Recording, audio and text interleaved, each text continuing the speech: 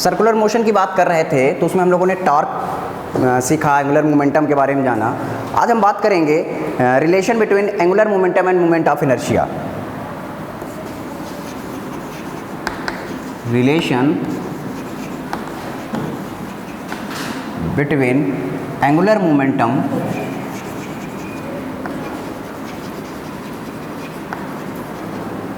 And moment of inertia.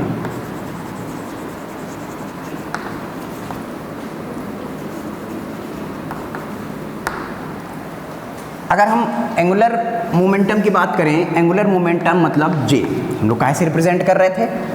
जे से represent कर रहे थे।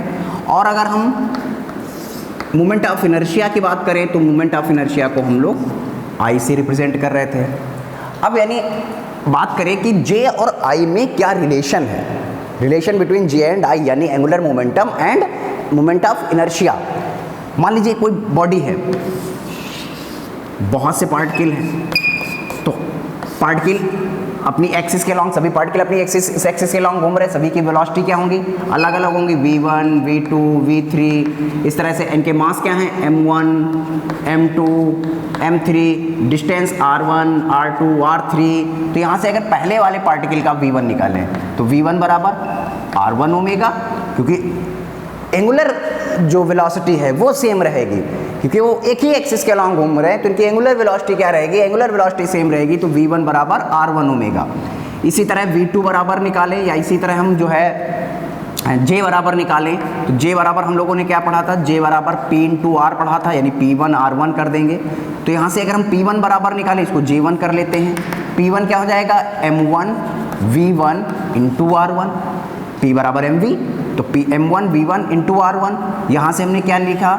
m1 v1 में लिख दिया r1 into omega into r1, ठीक है। तो यहाँ से क्या हो जाएगा? m1 r1 square into omega. ये हमने किसके लिए निकाल लिया? एक पार्टिकल के लिए निकाला, केवल एक पार्टिकल। इसी प्रकार अन्य सभी पार्टिकल्स के लिए, ठीक है, अन्य सभी पार्टिकल्स के लिए निकालें, अदर जितने पार्टिकल्स हैं उनके लिए निकालें। तो J2 बराबर क्या आ जाएगा? इसी प्रकार m2 r2 square into omega. J3 बराबर क्या आ जाएगा? m3 r3 square into omega. अब टोटल अगर हम J निकालें तो J बराबर क्या हो जाएगा? J1 J2 plus J3 plus and so on total, ठीक है। तो J बराबर क्या हो जाएगा? यानी m1 r1 square omega plus m2 r2 square omega plus m3 r3 square omega plus and so on. Omega common है तो इसको कैसे लिख देंगे? m1 r1 square plus m2 r2 square plus and so on into omega. तो J बराबर यहाँ से क्या आ जाएगा? इसको लिख लेंगे summation mr square into omega. ये किसके बराबर होता है? I के बराबर होता है। तो यहाँ से J बराबर क्या आ जाएगा? J बराबर I ओमेगा। ये रिलेशन होता है, J बराबर I ओमेगा। हम लोग किसके बीच में? J और I के बीच में रिलेशन निकाल रहे थे। तो J बराबर हमारा क्या निकल करके आ गया? J बराबर आ गया आपका I ओमेगा। एक होता है rate of change of angular momentum, ठीक है, समझ में आ गया होगा।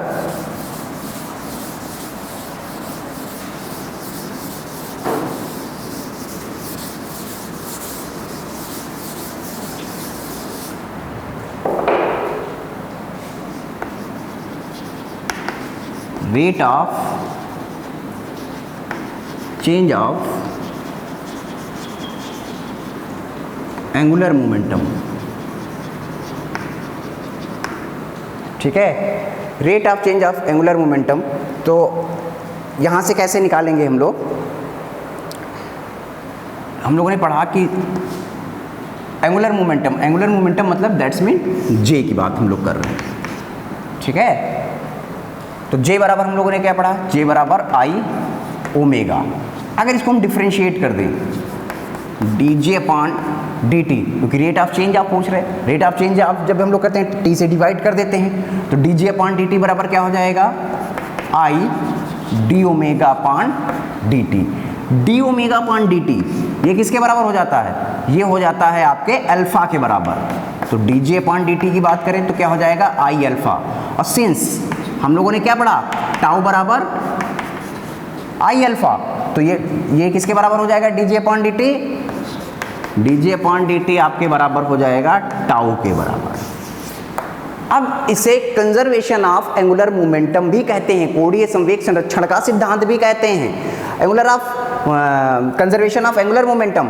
अगर अब इसके क्या बनेगा, यदि किसी पिंड पर अगर बाह्य बल आघूर्ण ना लगाया जाए, यदि किसी भी बॉडी पर हम क्या करें, जो है मोमेंट ऑफ फोर्स या टॉर्क ना लगाएं, ठीक है, तो उसका एंगुलर मोमेंटम क्या रहता है, एंगुलर मोमेंटम कंजर्व रहता है। इसका एक बहुत बढ़िया हम आपको एग्जांपल बताते हैं। मान लीजिए जो अर्थ है हमारी वो सन के अराउंड घूमती है, सन के अराउंड घूमती है, ठीक है, और उसका टाइम पीरियड कितना है, 24 आवर।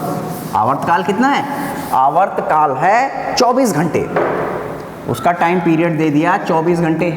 अब कह दिया गया और उसकी रेडियस को आर ई कह दिया गया, अर्थ की रेडियस को हमने आर ई कह दिया, कह रहे आर ई रेडियस है और उसका जो टाइम पीरियड है वो 24 घंटे है। अब हम क्या करते हैं, उसकी रेडियस को हाफ कर दें, उसकी रेडियस को आधी कर दी जाए। अगर उसकी रेडियस आधी कर दी जाए तो अब ये बताइए कि दिन कितने घंटे का होगा, यानी 24 घंटे हो रहे थे टाइम पीरियड, अब टाइम पीरियड कितना होगा, बढ़ेगा घटेगा क्या होगा।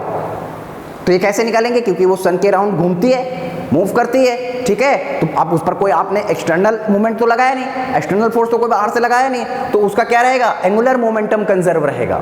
अब जब एंगुलर मोमेंटम कंजर्व रहेगा तो कैसे कैलकुलेट करेंगे, अब दिन कितने घंटे का हो जाएगा ये देखते हैं। अब आपने बता दिया, इसका मतलब J बराबर आई ओमेगा, और ये आपका कांस्टेंट हो गया। जब ये कांस्टेंट हो गया तो यहाँ से क्या लिख देंगे कि I1 ओमेगा 1 बराबर I2 ओमेगा 2, क्योंकि ये तो कांस्टेंट है, तो ये कांस्टेंट है, तो अगर रेडियस को एक चीज़ बढ़ाओगे तो एक चीज़ घट जाएगी, ठीक है, रेडियस को हाफ करोगे तो इसका मतलब अगर रेडियस को हम हाफ कर रहे हैं तो टाइम पीरियड बढ़ जाना चाहिए।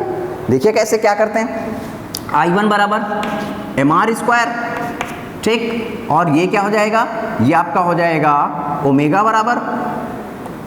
बराबर 2 पाई अपॉन T1, ठीक है। इसी तरह यहाँ पर R1 कर देते हैं, ठीक, यहाँ पर क्या हो जाएगा mr2 square 2 pi upon T2। ये हमने मान लिया कि आपने उसके मास में कोई भी चेंज नहीं हुआ तब, ठीक है, m से m कैंसिल, 2 पाई से 2 पाई कैंसिल। हमें क्या निकालना, हमें T2 निकालना। T2 बराबर कितना हो जाएगा, T2 बराबर हो जाएगा आपका R2 अपॉन R1 का whole square into T1। R2 radius को आपने क्या किया था, हाफ किया था, यानी पहले अगर R था, पहले कितना था, R था, तो अब कितना हो गया R/2, ठीक है, का स्क्वायर इंटू T। तो T2 बराबर कितना हो जाएगा, ये R/4 into R/2 whole square, और ये आपने 24 घंटे रखे हैं, ये R से R कैंसिल, तो ये 1/4 इंटू 24, यानी तब दिन कितने घंटे का बचेगा, यानी टाइम पीरियड उसका घट जाएगा, कितना बचेगा, 6 घंटे का बचेगा। पहले कितना था, 24 घंटे। अगर जब रेडियस कितनी थी, रेडियस आ रही थी, यानी अगर हमने उसको क्या किया, घटाकर आधी कर दी, रेडियस घटाकर आधी कर दे तो दिन कितने घंटे का हो जाएगा, 6 घंटे का हो जाएगा, 1/4 कम हो जाएगा। अगर इसी क्वेश्चन को हम दूसरे तरीके से कह दें, डबल कर दें, मान लीजिए डबल कर देते हैं तो इसको 2r यानी 4 हो जाएगा, तो 24 को 96 96 आवर्स का हो जाएगा, 48 घंटे का दिन 48 घंटे की रात हो जाएगी तब। तो ये क्या हो गया, ये आपका हो गया जा करके रेट ऑफ चेंज ऑफ और air conservation of angular momentum. Thank you.